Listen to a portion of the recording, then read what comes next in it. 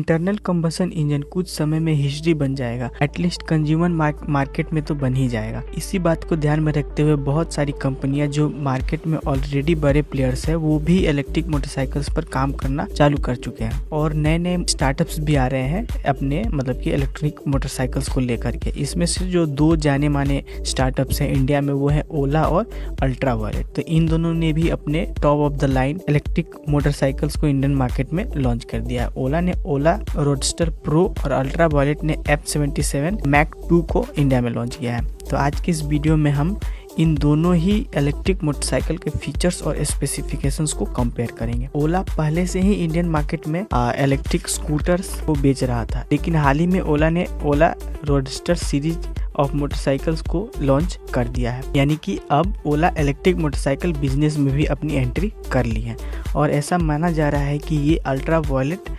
F77 Mac 2 से compete करेगी। तो सबसे पहले हम लोग डिजाइन से चालू करेंगे। Design is always a subjective matter. Ola roadster pro futuristic लगता है एलियन वाले मूवीज की तरह, यूनिक DRL स्ट्राइप और हेडलाइट्स। इसके साथ इसका जो शार्प बॉडी एक्सटेंशन और स्लीक टेल सेक्शन है बाइक को एस्थेटिक लुक दे देता है। ओला ने इसमें 10 इंच का TFT डिस्प्ले दिया है जिसकी मदद से बहुत सारे एडवांस टेक को कंट्रोल किया जा सकता है। अब अगर मैक 2 की डिजाइन की बात की जाए तो इसका प्रीवियस वर्जन के जैसा ही है, ये भी मिलता जुलता, ठीक है। मतलब ये भी फ्यूचरिस्टिक और स्पोर्टी लगता है देखने में। मैक 2 की फिट एंड फिनिश बहुत अच्छी है। इसमें आपको विजिबल नट एंड बोल्ट काफी कम देखने को मिलेगा। रोडस्टर प्रो का डिजाइन बोल्ड और फ्यूचरिस्टिक है जिसमें आपको शार्प बॉडी एक्सटेंशन देखने को मिलता है। वहीं F77 मैक 2 का डिजाइन जो है स्लीक और स्पोर्टी है और क्लीन फिनिश ऑफर करता है। तो डिजाइन के मामले में दोनों अच्छे हैं, नो डाउट। अब इसके मोटर स्पेसिफिकेशन को कंपेयर कर लेते हैं। इस मामले में दोनों कंपनियों का अप्रोच अलग है। ओला रोडस्टर प्रो 2 वर्जन में अवेलेबल है। एक ऑप्शन 16 किलोवाट आवर और दूसरा ऑप्शन है 8 किलोवाट आवर वाला बैटरी, ठीक है। वही अल्ट्रा वायलेट भी है, मतलब कि 2 वर्जन में अवेलेबल है। एक स्टैंडर्ड वर्जन है और दूसरा रेकॉन वर्जन है। Let's start with the Ola roadster pro 16। इसकी बैटरी कैपेसिटी 16 किलोवाट आवर की है और प्रो 16 52 किलोवाट का पीक पावर प्रोड्यूस करता है। वही ओला प्रो 8 में आपको 8 किलोवाट आवर की बैटरी मिलती है जो कि ये भी सेम 52 किलोवाट की पीक पावर प्रोड्यूस करता है। ओला प्रो 16 की top speed 194 kilometre per hour है।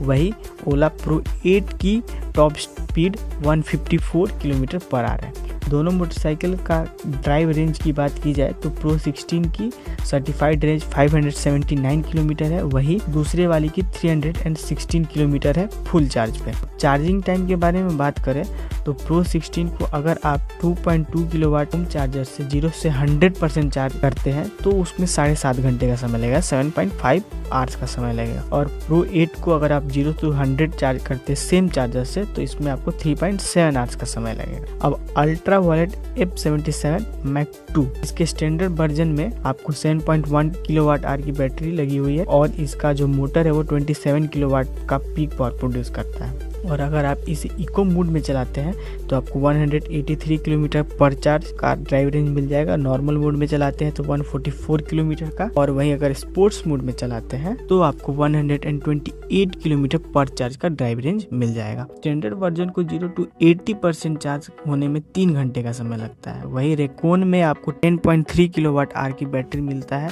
इसे चार्ज होने में 0 to 80% 5 घंटे का समय लगता है। ये वाला वर्जन आपको मतलब कि रेकॉन वर्जन 30 किलोवाट का पीक पावर प्रोड्यूस करके देगा। मोटर के स्पेसिफिकेशन से पता चलता है कि ओला हाई परफॉर्मेंस राइडर्स की डिमांड को कैटर करता है। यहाँ पर आपको ज्यादा रेंज, टॉप स्पीड और पावर मिलेगा। वही F77 मैक 2 बैलेंस्ड है। इसमें आपको अच्छा बैटरी कैपेसिटी और अच्छे चार्जिंग के साथ मिल जाएगा। अब डिपेंड आप पर करता है कि आपकी ज़रूरत क्या है, पावर ज़्यादा चाहिए या फिर वेल रन परफॉर्मेंस आपको चाहिए। तो चलिए, ये तो पावर के बारे में हो गया। अब इन दोनों के फीचर्स को कंपेयर कर लेते हैं।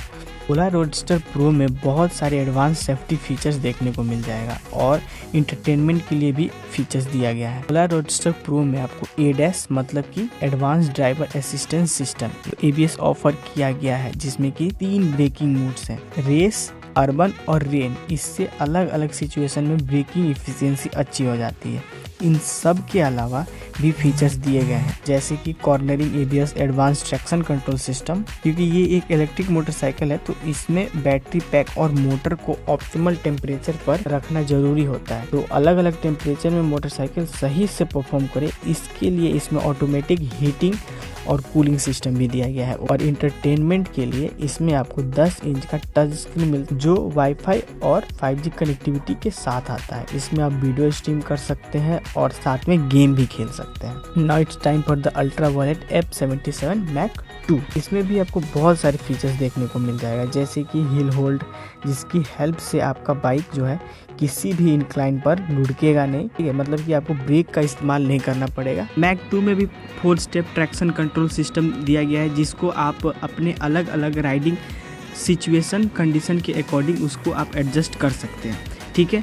तो ये तो हुई मतलब कि ट्रैक्शन कंट्रोल और हिल होल्ड के बारे में। F77 Mark II रेकॉन में जो रीजनरेटिव ब्रेकिंग है उसमें आपको 10 लेवल्स मिलते हैं, जिसको आप चाहे तो कम्प्लीटली बंद कर सकते हैं, ठीक है। और इसके साथ साथ इसमें आपको डायनेमिक स्टेबिलिटी कंट्रोल मिलता है, जिसकी वजह से जो डी एक्सेलरेशन होता है वो काफ़ी ज़्यादा मतलब कि स्मूथ हो जाता है। और ये DSC ABS के साथ मिल करके काम करता है, ठीक है। और DSC का जो काम है वो व्हील लॉक को प्रिवेंट करना होता है रीजनरेटिव ब्रेकिंग के दौरान, जिसकी वजह से ये बाइक जो होता है ना, मतलब Mark II जो होता है काफ़ी ज़्यादा कंट्रोल में रहता है और स्टेबल रहता है। तो ये तो कुछ फीचर्स हो गए, सेफ्टी फीचर जो आपको Mark II में मिलता है। लेकिन अगर आप इसे ओला रोडस्टर के साथ कंपेयर करेंगे तो इस मामले में ओला रोडस्टर थोड़ा बहुत मतलब कि एक्सेल कर जाता है Mark II से। रोडस्टर प्रो में आपको advanced safety system, hitech entertainment का ऑप्शन मिल जाता है, जिसकी वजह से मतलब कि जिन लोगों को टेक और कनेक्टिविटी ज़्यादा पसंद है उनको रोडस्टर प्रो ज़्यादा पसंद आएगा,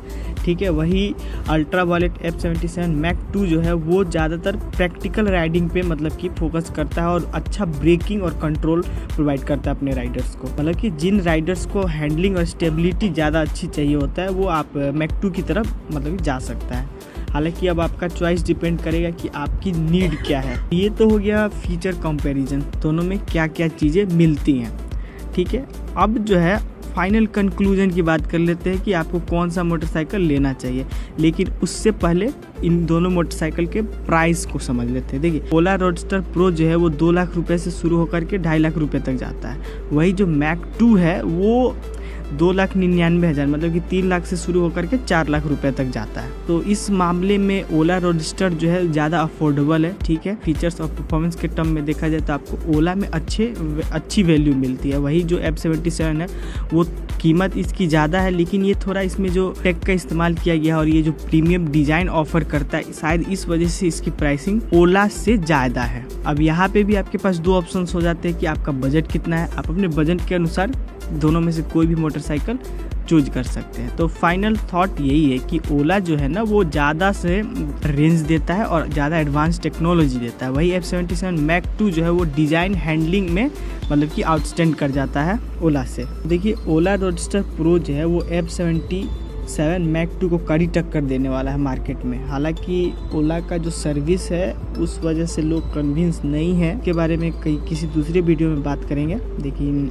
अगर आप दोनों में से कोई भी मोटरसाइकिल लेना चाहते हैं तो आप ये 2-3 चीज़ों पे डिपेंड करेगा कि आपका बजट कितना है और आपका रिक्वायरमेंट कितना है, ठीक है। तो उस अकॉर्डिंग आप अपना सिलेक्शन कर सकते हैं। अगर आपको ज़्यादा पावर और टेक चाहिए तो ओला के साथ जा सकते हैं, लेकिन आपको एक बैलेंस्ड ओवरऑल परफॉर्मेंस चाहिए तो आप Mark II के साथ जा सकते हैं, लेकिन Mark II आपको महंगा पड़ेगा। तो आज के इस वीडियो के लिए बस इतना ही, मिलते हैं ऐसे ही किसी और वीडियो में।